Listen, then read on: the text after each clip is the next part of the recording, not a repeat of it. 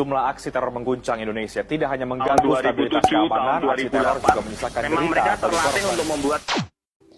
Radikalisme adalah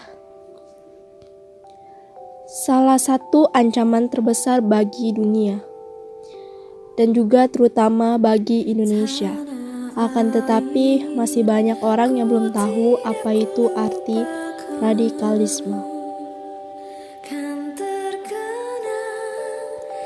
Radikalisme dapat diartikan paham atau aliran yang menginginkan perubahan atau pembaharuan sosial dan politik dengan cara kekerasan atau drastis.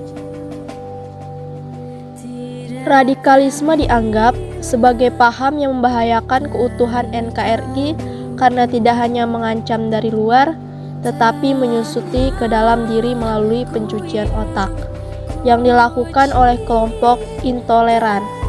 Radikalisme ditujukan pada kelompok tertentu yang notabene bermaksud menggantikan Pancasila dan Undang-Undang Dasar 1945. Bahkan radikalisme menyebut aktivitas politik kelompok tertentu yang bersifat ekstrim yang bukan saja tak segan menggunakan cara kekerasan, memaksakan kehendak, melainkan lebih jauh bahkan tak jarang juga melakukan praktik terorisme. Kemudian radikalisme ikut menyerah terhadap agama. Dalam 2 tahun terakhir ini, pemberitaan media massa nasional cukup intensif menyoroti geliat gerakan radikalisme agama yang sudah merangsang ke dunia pendidikan, mulai dari pendidikan dasar hingga perguruan tinggi. Secara lugas memperlihatkan bahwa nilai-nilai radikalisme agama telah berkembang di dalam tubuh kampus-kampus negeri nasional, dan fakta ini tidak dapat diremehkan.